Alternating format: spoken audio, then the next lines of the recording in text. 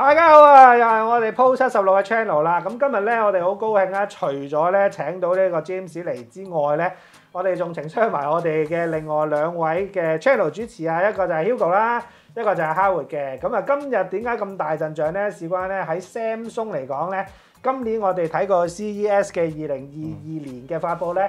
其實佢喺唔同嘅範疇都會有唔同嘅新品種出現嘅，咁所以咧，我除咗今次就諗住同阿 James 嚟講下呢一個電視機之餘咧，其實亦都會講下佢哋其他嘅產品嘅，包括咗三巴啦，同埋呢一個 IOT 嘅產品啦，同埋一啲嘅即係 lifestyle 少少嘅一啲 monitor， 咁啊希望咧就可以咧俾大家咧用唔同嘅角度咧去了解咧，而家 Samsung 嚟講咧。佢哋嘅新技術啦，除咗係電視之外，仲有其他好多唔同嘅嘢嘅。咁當然 James 就係充當我哋今次嘅榮譽技術顧問嘅，又係其中一次啦。咁就去同我哋分析一下咧，其實喺香港之外嘅世界地方，對於 Samsung 佢而家呢啲新嘅產品同埋呢一啲新嘅技術咧，究竟有啲乜嘢係大家都應該要知嘅嘢嘅。咁啊，呢一次咧就啱啱佢哋早應該係3月嘅時候啊，係有一個嘅記者會啦。咁啊 James 有冇睇到啊？當晚嗰晚就冇嘅睇到嘅，不過之後有補充翻嘅，因為始終 Samsung 都係 number one TV brand 啦。咁呢個其實係咪即係拜即係你哋喺個業內人士嚟睇，其實佢係即係乘住乜嘢嘅原因而可以一路 keep 住 number one 嘅銷量咧？除咗價錢之外，有好多高級人士啦，係同埋佢對於學嘢嗰方面咧係好高要求嘅。係學咗之後咧，佢可以間公司更 efficient。講個例如，之前做電視咧，就係零件邊度買，或者嗰啲 chips 喺德國買，材料中國去取，咁就全部去運到去某一間國家。係咁咧就去冚嘅。係咁 Samsung 個諗法咧就完全唔同。佢個電視廠咧就起一個沙灘隔離。哦，點解起一個沙灘隔離咧？因為全部嗰啲 silicon 就係用沙嚟做噶嘛。係 plastics 啊嗰啲嘢全部喺海邊，咁咪移運直接運到去個廠嗰度咯。佢就一條路咁樣去做 manufacturing 咧。淨係嗰度個利潤已經慳咗 30%。咁所以識賺錢先。所以 Samsung 一出現之後咧，之前咪有好多美國電視牌子嘅，Ran 啊，歐洲有好多牌子啊，甚至乎Technicolor 啊嗰啲，我哋都聽過㗎啦，嗰啲牌子冇晒，就係因為佢能夠咁聰明地去運用咗呢個地理環境。G 咁大間公司嗰陣時都做電視㗎嘛，係都冇埋，越大間越冇得快。因為咁所以日本電視都俾佢打到係好痛苦㗎喎。日本電視都係嘅，不過日本佢即係做嘢個方式有少少唔同咯。Samsung 係對個 efficiency 係好大研究。咁然之後係去 apply 嗰個 technology。嚟緊就中國啦。係。咁啊，中國有好多牌子都係好 highly efficient 嘅，即係呢套係唔係？咁就Samsung 就開始喺度諗點解又收購 Harman Kardon 啊，又點可以做 QLED 嗰個 technology 啊？IOT 有啲咩趨向啊？有啲咩新嘅或者 blockchain technology 可以 apply 啊？甚至乎屋企入邊我哋要做啲咩產品，令到可以有個 complete ecosystem。等人哋有個可靠性同埋個生活更加 efficient， 亦都更加方便簡單。咁所以而佢又有晒硬件、軟件嘅支援咧，其實喺嗰個即係幫助人類更加容易活得自在，應該就係會做得更加好嘅。車個 operating system 啊，嗰啲嘅佢都會開始有研究諗汽車零件咯，係嘛？去嗰個 interaction 係點樣做咯？嚇點樣去 automate 啊？外國就好興嘅，有啲咧就係我喺屋企聽緊嗰首歌，我行到去架車嗰度一開門就即刻跟翻跟住咁樣播咯。即係呢啲我都好想嘅，其實好似好正咁樣。即係但係呢樣嘢談何容易咧，係嘛？咁呢個就其實就要用 software 同埋 hardware 去配合咯。你轉咗唔同嘅 hardware。咁你個 connectivity 就可能會唔係唔得，不過可能會有啲矛盾。係，咁所以呢個咧都係會我哋今日去討論嘅其中一個環節啦。咁但係事不一開始咧，就我哋先會討論下咧，我哋大家最關心嘅電視嗰、個產品，究竟今年咧係呢一個 8K 電視啦，同埋呢一個4K 電視咧，喺 Samsung 上邊咧會有啲咩系列咧，同埋有啲咩焦點嘅功能嘅。咁啊，呢個就交由俾我去講啦。咁跟住落嚟咧，我哋就會講三巴方面啦。咁三巴方面咧，我哋就會交俾 Hugo 講話。Hugo 講兩句。係啊，個三巴方面一陣間我都會同大家 go through 下佢哋啲每個系列嗰啲重點。好啦，咁啊跟住落嚟咧就會有呢一個Samsung 頭先講嘅軟件同硬件方面都會有嘅就係 IoT 啦。咁 IoT 咧今年咧其實 Samsung 都唔係第一年做 IoT 啦。咁喺佢哋嘅 SmartThings 上邊咧係今年又有點樣可以再下一城，令到嗰個 system 成熟啲，就係好似我哋頭先所講嗰樣嘢啦。咁呢樣嘢就交俾哈活講啦。冇錯，咁都會順手會講埋一啲 Lifestyle TV 嗰邊嘅一啲 product 有啲咩 update 嘅。冇錯啦，咁啊希望咧可以喺3個唔同嘅範疇上面咧，同大家講翻咧今年 CES 嘅2022喺 Samsung 上邊咧有啲乜嘢嘅。咁首先我而家梗係同大家講下 Samsung 電視 8K Dual QLED 咧，佢哋今年有啲咩嘅型號會喺呢個地球上推出先嚇。嗱咁咧喺今年嚟講咧，呢一個嘅 Dual QLED 8K 咧，其實喺嗰個有兩樣嘢我係比較上大印象嘅。第一個就係佢哋嘅晶片處理器啦，第二樣咧就係佢哋個 Mini LED 技術啦。咁其實由上年開始啦，應該就係佢哋就將嗰個背光燈就由呢個普通嘅 LED 轉咗做呢一個嘅 Mini LED。咁所以咧，大家聽到個電視機嗰個名有呢個 Nero QLED 嘅名字喺入邊咧，其實就等於佢哋係用咗呢一個 Mini LED 背光燈嘅。今年嘅 Mini LED 咧係會再細過上年，同埋嗰個光嘅集速力係會更加高嘅。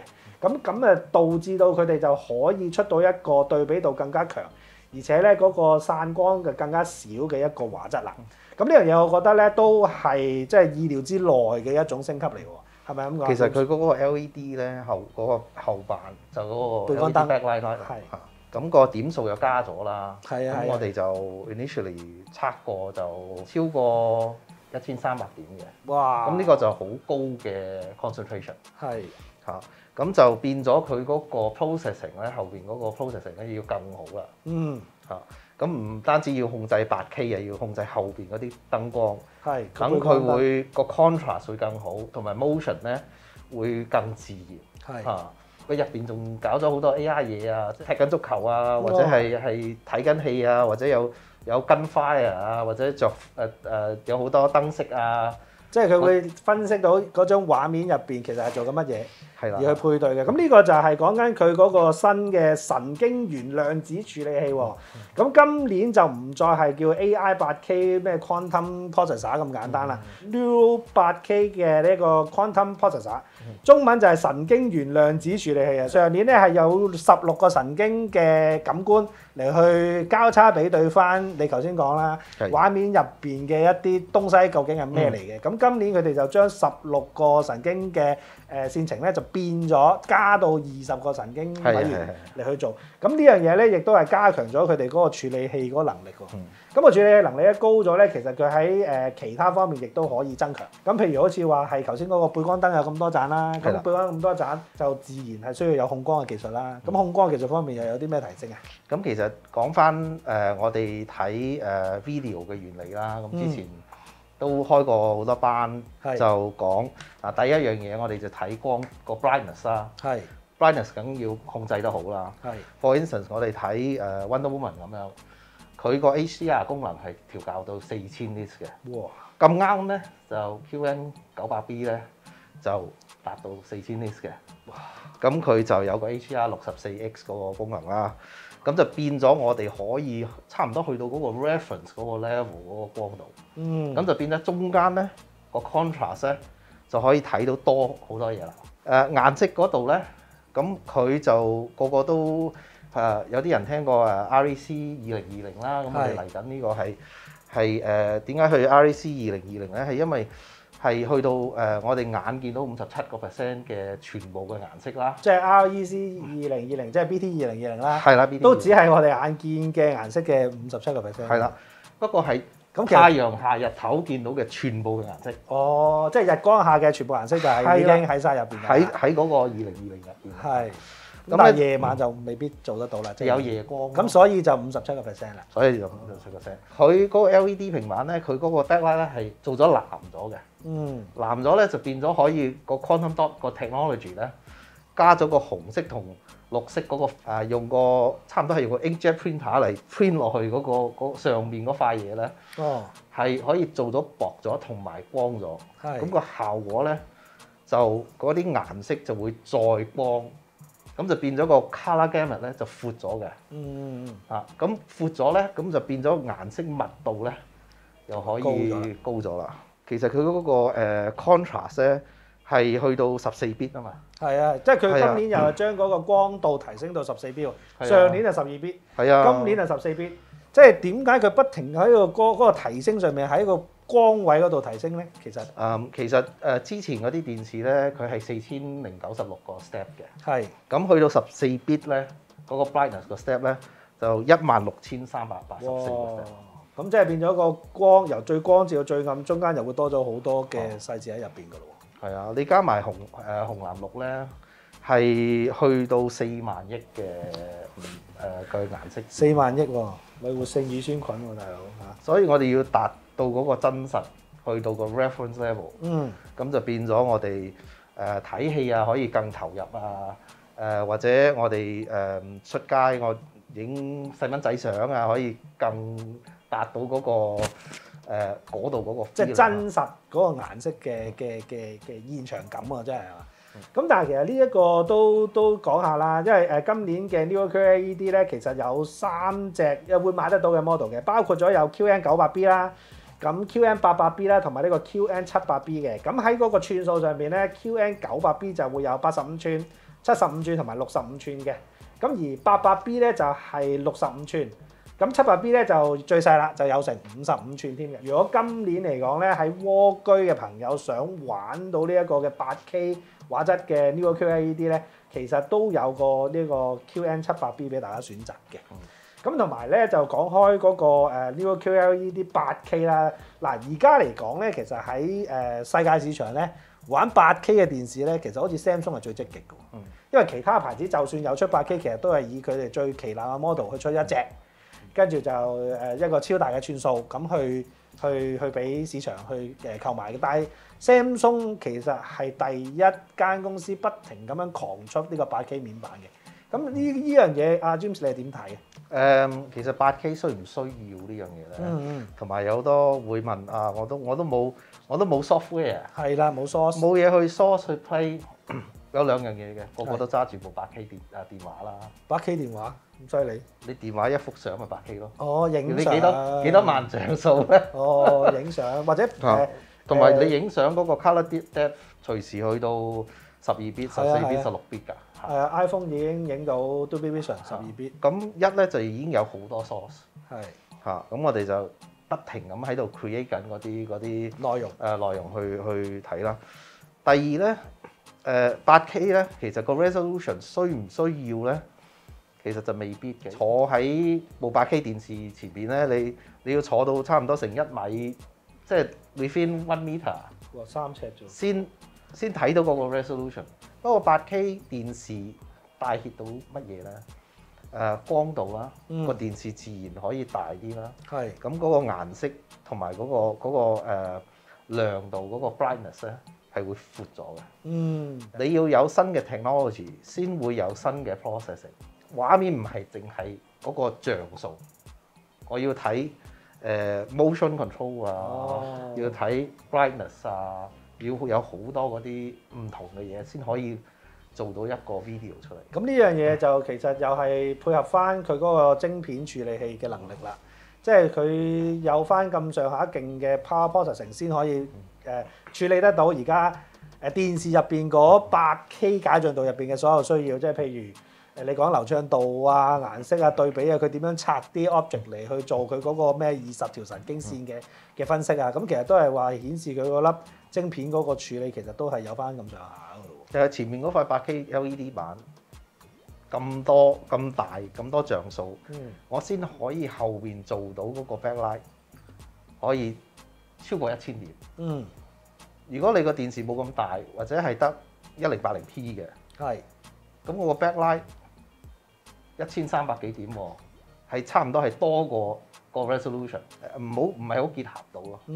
明白。嗱咁啊講埋啦，咁啊今年嘅 8K 電視咧，其實個 HDMI 端子都係全部係 HDMI 2.1㗎啦。咁咧支援呢一個 4K 120Hz 啦，而有啲嘅型號 4K 嘅型號咧，就係可以支援到呢一個2K 嘅144Hz 嘅喎嚇。咁啊另外咧就會係支援呢一個 AMD 嘅 FreeSync Premium Pro 嘅技術，咁啊我嚟對應呢個防撕裂嘅，咁即係其實類似 VRR 嘅功能啦，係嘛？係咯，variable refresh rate 係啦，同埋佢即係有好多quick media switching 啊，嗰啲咁嘅功能都加埋晒，都會加翻落去嘅。咁啊，所以咧喺嗰個電視機，除咗係個面板處理能力之外咧，其實喺其他配套上面都係做到幾多嘅提升嚇。咁好啦，咁啊剛才咧就講咗 8K 啦，咁啊 4K 今年又會有啲乜嘢嘅選擇咧？4K 咧就會都係有呢個 Neo QLED 系列嘅，即係話都係面板用呢個 Mini LED 背光燈 QN95B、90B 同埋85B 3款。咁而寸數方面咧就好闊啦，由43寸至到85寸都有嘅。譬如好似 QN95B 就有75寸、65寸同埋55寸啦，跟住 QN90B 咧就有85寸、75寸、65寸、55寸、50寸同埋43寸喎。QN85B 咧就係85寸、75寸同埋65寸同埋55寸嘅。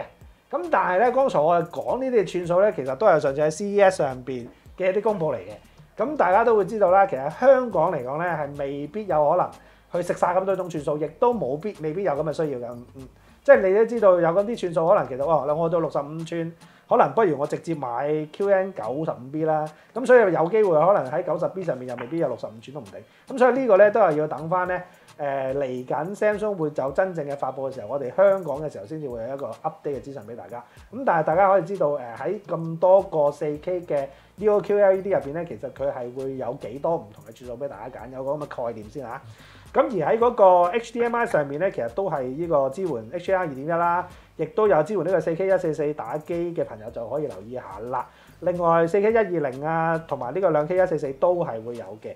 咁另外咧，呢一個嘅 4K 同埋 8K 系列咧，都係支援呢個 Dolby Atmos 嘅音效嘅。咁 Dolby Atmos 嘅音效亦都係可以楞翻佢哋同廠三巴去做翻個 Q Symphony，去令到嗰個聲音嘅質素提升嘅喎。咁啊 James 喺嗰個 4K 上邊有冇啲咩補充下咁啊？ QN95B 都係仍然用翻嗰個 One Connect Box 啊。One Connect Box。咁啊 One Connect Box 佢就係離開有另外一個，即係另外一個 device，有個 device，咁就得一條線去個電視嗰度，有條光纖上翻去咁樣。咁如果你安裝啊，或者要特別薄啲嘅位啊，咁嗰個有一個新多一個 feature 嚇，同埋嗰個input 係4個2.1嘅。4個2.1。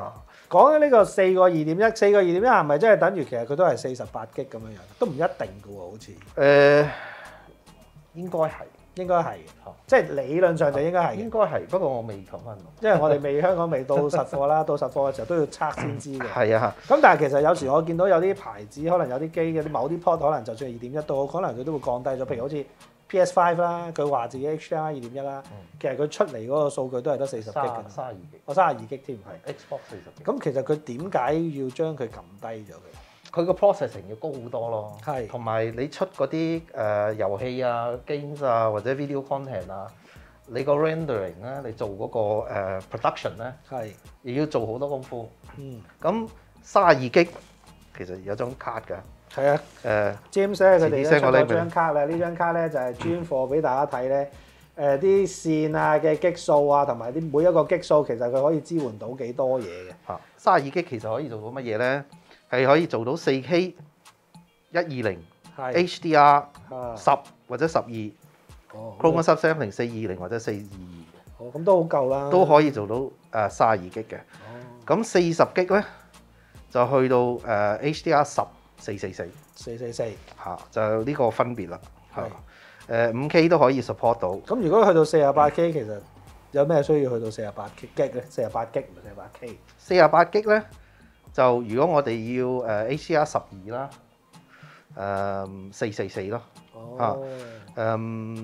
仲有8K HDR 12嘅420，都可以支援到。都一定要用到48 G。48 G，咁即係玩8K 嘅。係啦，哦，咁所以而家佢嗰啲8K 電視 HDMI 2.1就一定例必食到48 G 啦。咁反而係4K 嗰啲可能就，但係佢都應該係俾到呢個48 G 出嚟嘅。打遊戲最緊要係120 Hz。係，因為係而家都係得 game 先去到咁盡啫。啊，咁頭先都有講到啦，咁啊處理器嘅能力之外咧，其實佢都有幾個唔同嘅提升嘅，即係因為個處理器能力強咗啦，咁所以咧佢都會有幾個功能咧，就包括咗呢一個嘅景深提升啦，咁就可以咧用 AI 嚟去做翻現場畫面咧，就去分翻啲 layer 啊，譬如好似話人同埋個景，其實咧佢係中間係有個景深嘅，佢會知道咧，即係好似人望嘢咁樣啊，佢會有個景深知道呢件 object。就會 on focus 啲嘅，跟住後邊嗰個景咧，佢就會用一個嘅 blur 景嚟去形容。咁呢樣嘢都會靠埋佢哋個處理器去幫手去做嘅。咁呢樣嘢係好似今年咧，我聽到佢哋嘅發布係特別有攞翻出嚟講。咁因為上年其實佢哋都有呢一個嘅即係 AI 處理器啦，但係 AI 處理器佢冇講到咁 detail，佢淨係話每一件物件攞出嚟去做個enhancement，令到嗰件物件嗰個 texture 更加似。咁但係就冇講到話整個畫面去睇翻落嚟嚟講咧，究竟人嘅視覺應該會係點樣？咁今年呢一個人嘅視覺呢一個咧，佢都有開 highlight 翻出嚟啊！同埋加埋電視嗰個功能咧，因為佢個 LED 佔藍咗咧，係就變咗嗰個綠色就鮮豔啲，紅色又更鮮豔啲，所以個 colour 嗰個顏色嗰個content 闊度光度高咗，所以佢其實嗰啲數唔需要去到最盡。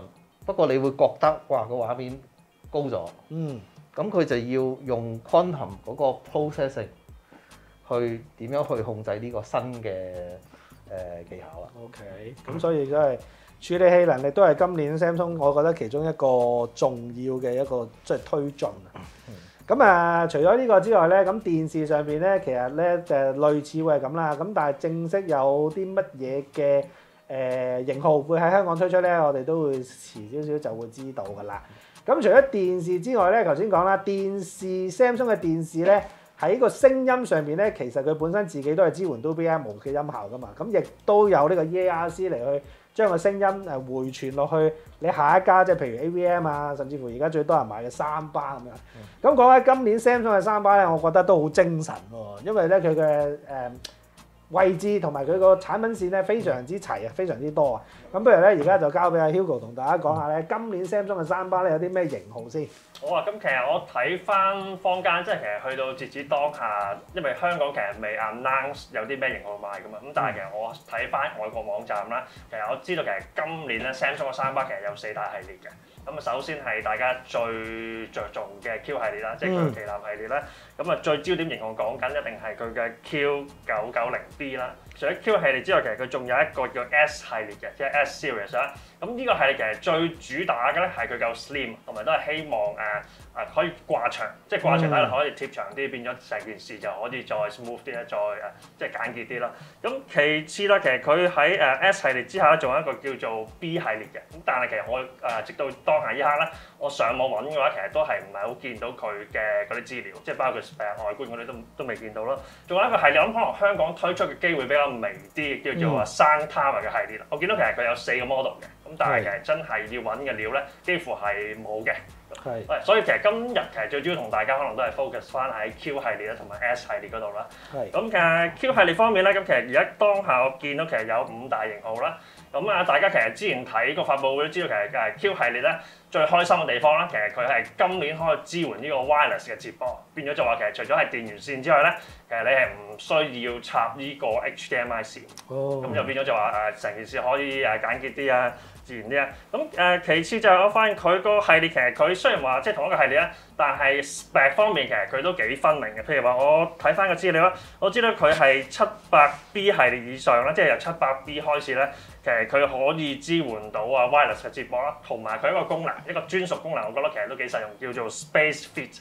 咁其實聽個名可能大家唔係好知嗰個功能係有咩用啦。咁其實睇翻官網，你知道佢原來係一個叫做Auto Care 嘅功能啦。即係其實佢應該係透過3巴裏面內置嘅 DSP 咧，再配合翻佢。我諗應該佢係靠即係佢自己內置一個3巴咁變咗可以根據你嘅空間咧，去調節翻一個最好嘅 EQ。咁當中其實除咗係三巴之外咧，佢連低音嗰部分佢都會係 adjust 埋。咁變咗就話真係講真，玩得三巴其實都唔預你有上位嗰啲搞，咁但係佢一個 space fit 所有嘢搞掂晒，基本上就一擺好插電 auto cap。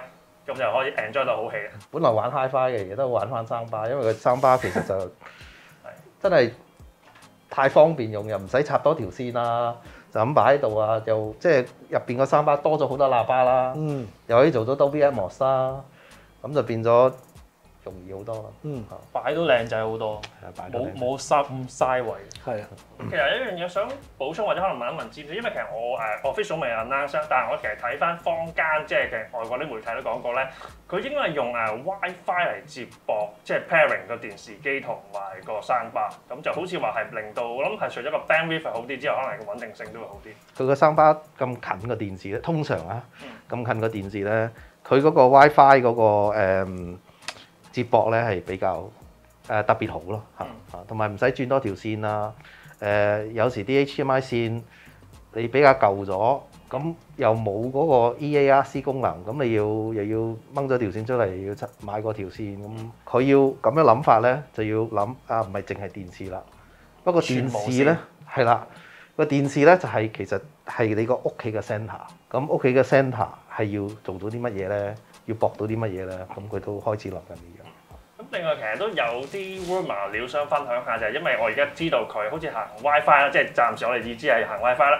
佢好似係行緊一個係壓縮版嘅信號，即係譬如話佢係我出到俾 Atmos 啦，佢 suppose 係應該掉緊一個到俾 Digital Plus 嘅一個信號俾個聲巴啦。咁我好奇就係可能未來唔知可能個技術提升咗，或者係嗰啲 bandwidth 又可以鬆動啲嘅話，有機會我覺得即係 forecast 緊咯，唔知未來有冇機會行翻一個 lossless 嘅信號咧？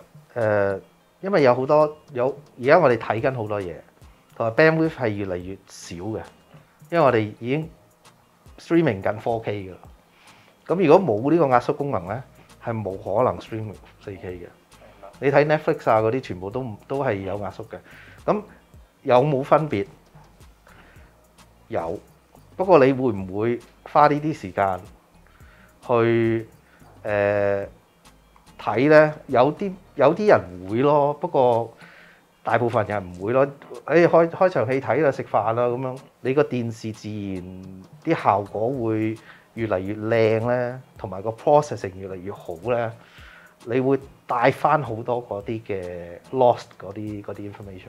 明白，事實係嗰個我知道其實個 encode 同埋一個 decode 嗰個過程中，其實如果當個譬如 CPU 啊，或者係成個 processing 或者 DSP 方面係勁咗嘅話，其實即係佢可以計算翻嗰個 loss 嗰部分，其實嗰個準程度其實都提升咗。所以其實我諗 even 可能係其實我哋有時駁三巴啦，都會睇碟啦，或者係睇碟或者睇個 streaming 嗰啲 platform。咁但係其實我 feel 到係最近呢幾年啦，即係 even 即係喺三巴嘅一個環境底下咧，我哋其實聽到其實碟同埋 streaming 嗰種質素咧，即係其實開始拉近得好緊要。有時話有啲可能5波咁滯嘅。咁啊未到5波嘅，你問我就即係會有個即係會拉近咗嘅。咁亦都要睇翻嗰個 production house 嘅。master 有啲係做得好好嘅，有啲就真係做得好平凡嘅。咁但係頭先所講，我聽到即係除咗係 Dolby Atmos 嘅 wireless 嘅連接之外咧，唔使用一條 HDMI 線嚟去做呢個中間嘅傳輸，理論上係方便咗嘅。咁反而我想知道就係因為其實 Samsung 嘅電視機同埋 Samsung 嘅三巴，你買埋同一款咧，有個好正嘅功能就係佢會將嗰個聲音咧由你嘅三巴提升埋上去你嘅電視機嗰度，用埋電視機嘅喇叭去做呢個 Q7 嘅功能。係啦。即係話如果你嘅三巴可能有16隻單元嘅話，你計埋電視嗰個可能要去到22隻單元㗎啦。咁跟住喺個 3D 嘅前場音效嚟講就會做得好好嘅。咁呢樣嘢其實你問我就真係唔係好知嗰個 bandwidth 要做到幾大。如果呢一個 wireless 嘅功能可以食得埋呢一個 Q7 嘅話咧，我相信其實佢都成個影視生態圈咧，你問我都幾無敵嘅。咁但係當然啦，呢個究竟出嚟嘅效果會係點咧，都要實聽先知嘅。但係喺嗰個即係數據啊規格上面，我覺得係好方便嘅。咁而且亦都係暫時嚟講，好似都係第一家係有呢一個無線嘅功能，去將 Atmos 嘅聲效都可以即係回輸落去啦。咁呢樣嘢我覺得都係好嘅。咁又講開問啊，其實呢啲功能你覺得嗱，譬如我 Samsung 啦，我有個咁嘅食 wireless 嘅功能咧，我俾第二間電視廠一齊做得唔得？唔係唔得，係不過咧你硬件同硬件咧，你如果有個 software update，係咁可能會有個即係傾偈嗰個係啦交接問題。即係我 update 咗條三巴，咦電視機冇聲喎，原來就發生呢啲問題。因為我哋而家嗱之後講 IoT 啦，不過就我哋屋企入邊產品越嚟越多，係嚇上網嘅產品，即係有 communication 嘅。咁咧就每一個唔同嘅 device 都有唔同嘅 communication method。呢個係我自己同佢 communicate 啫喎。哦。咁你之後咧要佢哋自己 communicate 開始咧，如果佢一個講西班牙文嘅，一個講英文嘅，咁你已經咁就要學一輪啦，開始有問題，溝唔通唔到先啊，雞咁同你要翻譯喎。係啊，咁如果個翻譯唔喺度咧，或者Spanish 嗰個係轉咗，突然間轉咗法文嘅，咁哇，我個翻譯我淨係識講西班牙文同埋英文啫喎，即係呢個係一個 example 啦。唔係個個 case 都會有呢個問題，不過絕對有呢個可能性咯。咁所以即係話，就算 even 其實技術上邊其實係要分享唔難嘅，但係反而喺個實際使用嘅狀態，有機會令到個 end user 係好唔方便。咁反而呢個先係問題啊。同埋我哋要快同可靠啊嘛。哦，個 device 用唔到，或者我電話打唔到電話嘅，咁要個電話嚟做乜啊？所以頭先所講呢個 wireless 嘅功能都其實係正嘅，咁所以暫時嚟講當同廠用到啦。咁當然我諗佢都 welcome 其他人去使用佢哋嘅技術嘅，其實。Samsung 嘅3巴絕對可以駁到其他電視。係。Samsung 嘅電視絕對可以駁到其他 HiFi system 或者其他3巴。係。不過你如果你用 Samsung 加 Samsung 咧，就加咗好多嗰個 communication 嘅優勢啦。係。eliminate 咗 communication 嘅 problem 啦。係。仲加埋你電視嗰個音嗰個聲音 system 就再 enjoy 多啲啦。咁你個 remote control 又一樣一個咁樣，即係少好多咁啊一件嘢用晒啦。係啦，咁反而啦，嗱講開即係頭先呢啲都正嘅呢個新嘅遙控，係咪又有太陽能功能啦？上年有啦，太陽能。今年好似係無線嘅信號幫佢叉電。係咩？即係類似我有 WiFi 就幫佢叉電咁樣。即係我屋企有 WiFi 信號，佢都幫手埋叉電。擺窗邊都唔使。咁即係其實而家調轉嚟都唔需要喎。係啊。所以嗰陣時話好低能咁啊，攞實針去啤住個遙控，因為 WiFi 信號都係 energy 啊嘛。咁佢喺度吸收緊個 energy 咯。咁會唔會用多咗我數據咧？你覺得？佢又唔係用你個 bandwidth。佢應該唔係用嘅，應該可能經過咗佢或者收集咗翻嚟。即係就俾個大氣電波可以抄。即係可能呢度有5G 嘅信號揈嚟揈去，咁喂，反正你都唔用啦，咁幫你叉電啦。即係佢會用到嗰個即係入邊嗰個食到嗰個。哦，哇！呢啲真係佢先識啊 oscillator 喎真係。好啦，咁啊三巴嗰度咧，咁頭先就講咗啲大圍嘅功能啦。咁其實我哋當然最關心係頭幾個旗艦嘅一個規格㗎喎。咁上年已經玩到11.1.4啦，咁今年又點啊 Hugo？其實係啊，冇錯，其實 call 翻其實大王頭先提過，其實即係加埋Q Symphony 之後咧，其實即係3巴加電視加埋咧，其實可以 total 有成22個 channel 咁滯。正正就係講緊係Q990B 啊，佢個旗艦嘅嗰個系統，因為佢 default 咧已經係玩緊11.1.4啦，咁呢樣嘢係大家好熟嘅 spec 啦。咁但係如果加埋電視機嗰6個單元啦，如果冇記錯，OK， 咁就睇下邊個電視機，睇下邊個電視機。係加入邊個電視機，跟住基本上可以終極咧可以玩到22個 channel。咁其實我諗其實即係其實如果你係玩開擴音機嘅話，咁見到你咁嘅 spec 嘅話，都可能會俾你裝咗過去玩3巴咯。其實而家啲3巴咧，因為佢用咗嗰個 Digital M 咧，佢個 watt 數可以大，同埋佢散熱功能又唔使咁多。咁 obviously 如果你 audiophile 你追求好 high quality 嘅呢啲係做唔到啦，唔需要諗乜嘢3巴。不過可唔可以俾到我好好嘅 experience？絕對可以嚇。同埋佢咁多個單元咧，佢都係之前我有冇提啊？Samsung 收購咗 Harman Kardon。未。係 Harman Kardon 好大間公司啊，即係 JBL 啊、Mark Levinson 啊嗰啲咁嘅公司啦嚇。咁咧佢就應該開始用緊嗰啲公司嘅 engineering 咧，去點樣提升嗰個 audio quality。咁就變咗啲單元可以更細，不過就唔會 sacrifice 嗰個 sound quality 啊。單元可以比較多啊，又用翻嗰個 digital amp 啊，咁就變咗個 soundbar 入邊咧，其實有好多個 component 㗎。如果你要 soundbar 入邊逐樣買咧，係10萬蚊都唔即係一條三巴逐樣自己砌，又要攞埋啲技術，10皮嘢一條啦。係咯。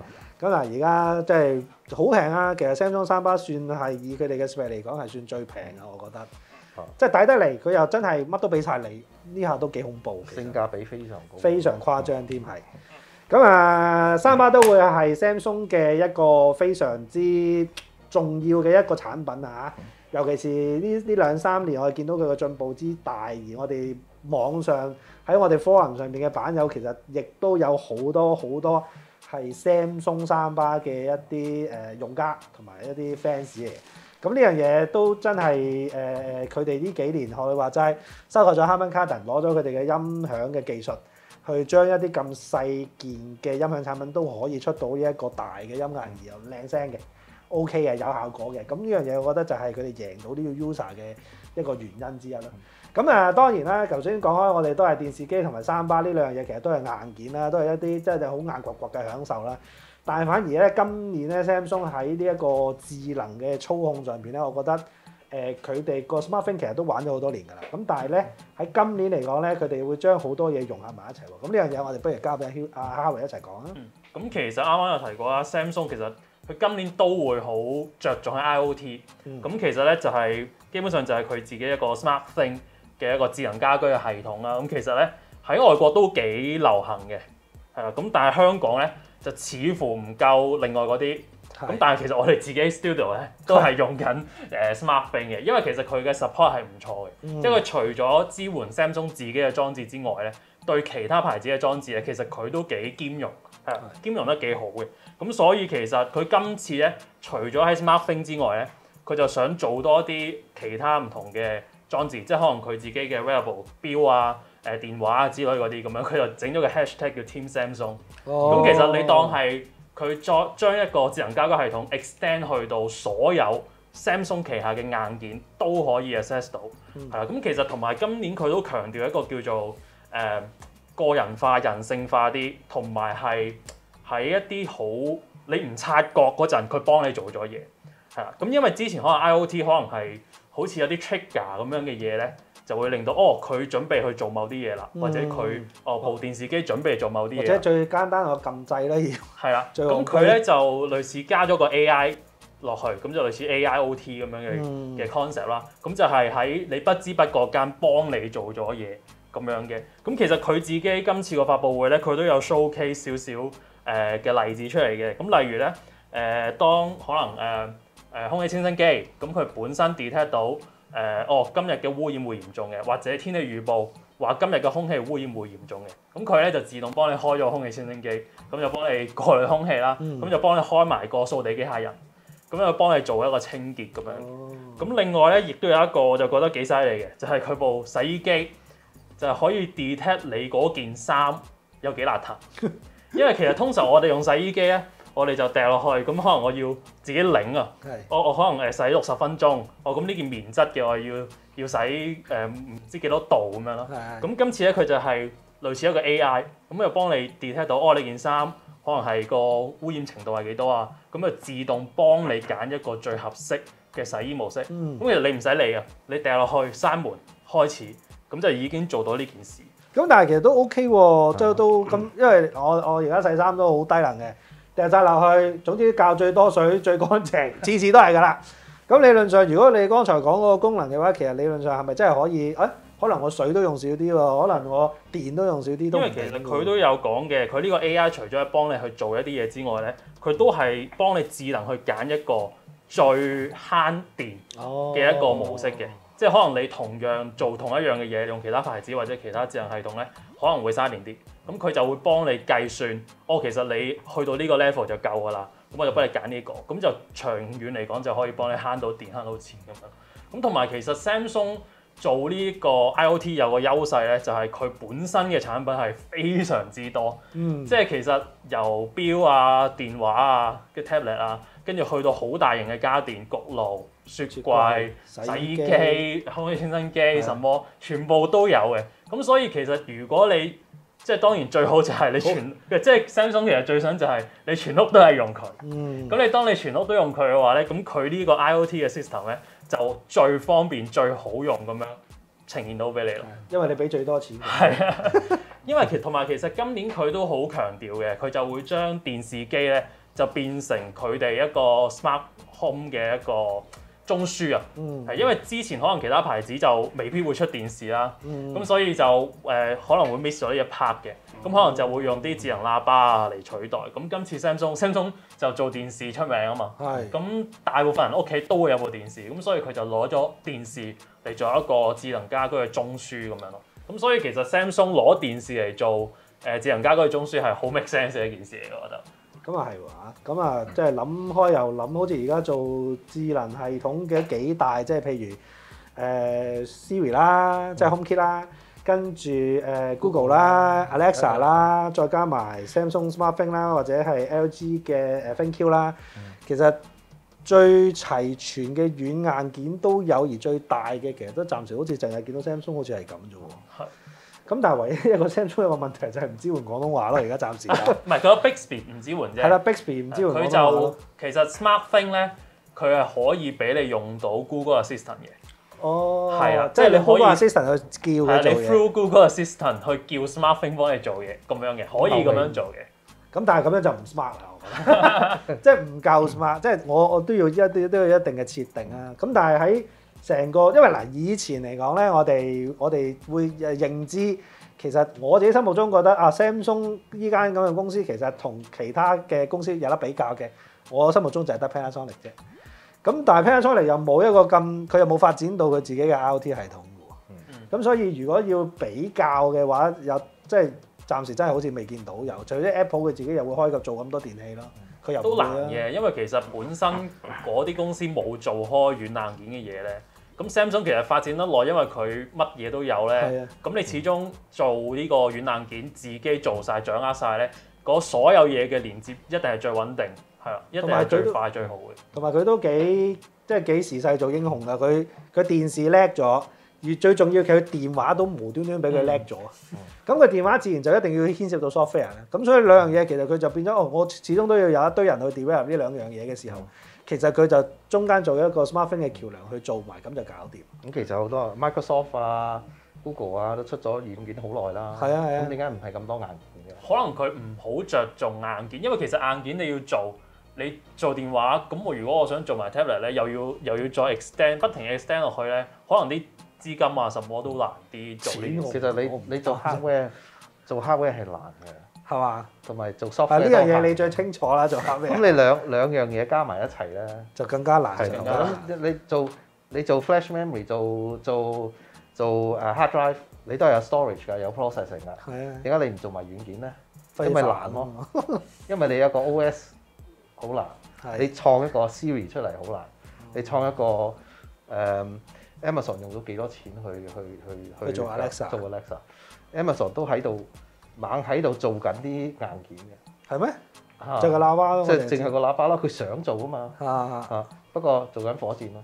Apple 電視我都想睇到啊，都冇出嘅，講咗好耐啦。係啊，講咗好耐啦，不過仲等緊啦。我想睇 Apple 出300之類嘅嘢，因為其實佢自己嗰啲 Dolby Atmos 啊。